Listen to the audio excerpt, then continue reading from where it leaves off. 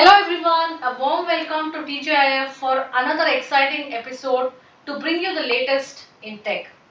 This month we are celebrating International Women's Day and I'm here to bring you some of the incredible women in technology to drive this conversation.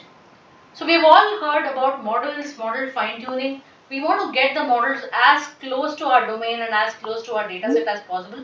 So we have another interesting topic today on model fine tuning. And to join me on this short conversation, I have Nandini from Azure AI Foundry. She's a principal product manager there, driving outcomes with customers. So let's welcome Nandini for TGIF.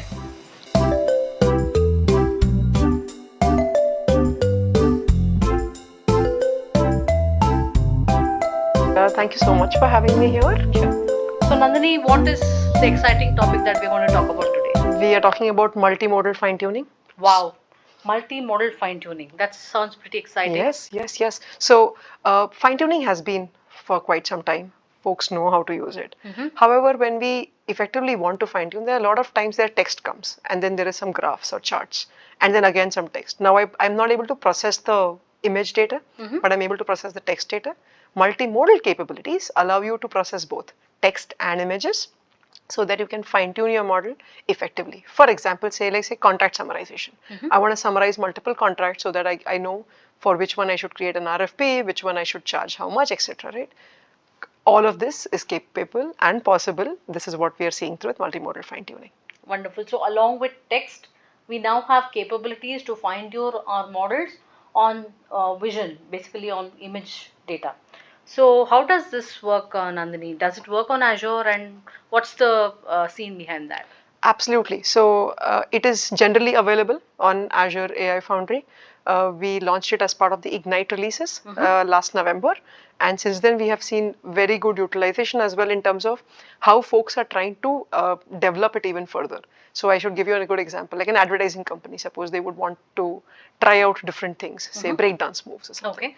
And folks can just go ahead and classify images better because the capabilities will allow you to enhance the fine tuning methods by just using image data. So there are multiple applications for it.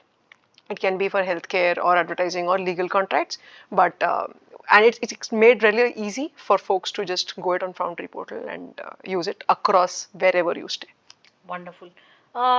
This also brings me the thought of, let's say, for example, I have to analyze traffic images in India, in the context of India versus traffic images in the context of some other geographies. It also helps me to bring the regional data sets and my module accuracy working more better towards my regional data sets, right? Absolutely. So that's what fine tuning does. So the base model can get trained of images which they are aware of. Correct. Right? But there will be a lot of these proprietary data sets which we have. Say Indian government can rule certain data sets, or it can be I'm in hospital and I have my own image data set like MRI scans, which I do not want to put it on public web, right? All of that can be used now to get it trained for specific use cases and saying that, okay, if I need to improve traffic situation in Bangalore, let me go ahead and populate all these from the webcams which are available and then can start using it. Much needed use case, by the way. Yes. Let's get on to a quick demo. Sure, Divya. Let's see on the demo. So if we hit ai.azure.com, we come to Foundry portal. That's where I am. I've hit ai.azure.com. In the model catalog, I have multiple models available. Today we are talking about multimodal fine tuning using GPT-4o, and hence I'm going and searching for just that. This is my GPT-4o model. Let me go ahead and select it. Now, the base model I can directly go deploy and use. We are talking about multimodal fine tuning. Hence, I go ahead and hit the fine tune tab. Got it. Again, just add out, go next, saying this is supervised fine tuning is what we are speaking through. Go ahead and select the data. For our easy purpose, I have added a chart Q8 small data set, which is basically graphs, images, and data labels. We can also just go ahead and upload any file we would want, which is available, or go through the store as well, to the Azure blob as well. Click on the next, choose the task parameters the way you would want. Very simply put, and they have a tooltip here, but very simply put, learning rate would be the speed at which the model would want to learn, and epochs would be the number of times the model should be exposed to the training data set, exactly like reading a book twice. So go ahead and start using it. what we recommend is for your first couple of runs, use default as your hyperparameter. We continuously keep changing our defaults purely for you to get better outcomes. So it should be a good one to get started. So review your settings and that's it. Hit submit and get started. You can access it through SDKs directly as well, and UI. So you see here, this is the job which is queued, which is what we are trying out. Now, once it gets completed, I can go ahead, deploy that model and keep evaluating it.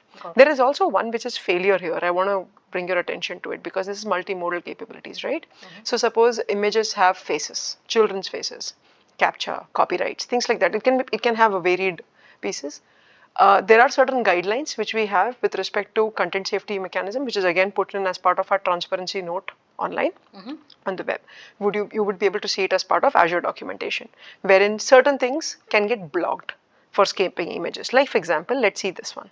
So I have training images which had some say violence, self-harm, sexual content, child abuse, things like that would just come up here and say these many rows are there which have some data which is objectionable.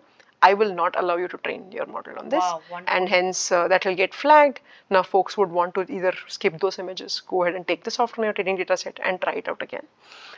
There is a mechanism, however, because there are some legit use cases as well, wherein say I would want to not identify faces but allow it for certain customers. There is a content filtering modification form which once you fill it out, we will have SELA, our internal legal board, review it, approve it, and then you can get access to that as well. However, for default, all the content safety is baked into the process so that you can in no way break the model once you productionize it. Wonderful. So, multimodal fine-tuning powered by content filter and content safety is what is available on the Azure platform for users to go ahead and try and customize their models to their own use cases and data sets, right? So it's a great option for you users to actually go ahead and try this. Feel free to try this feature on the Azure portal. I believe there's a blog link as well for this one. So we can share the blog link on the post so that you can go ahead and get more details around this. Thank you so much, Nandini. Wonderful episode, great demo, and then thank you so much. Wish the users much more customization of their models. Happy fine tuning. Thank you so much. Until the next episode, signing off. Thank you for watching TGIF. Bye.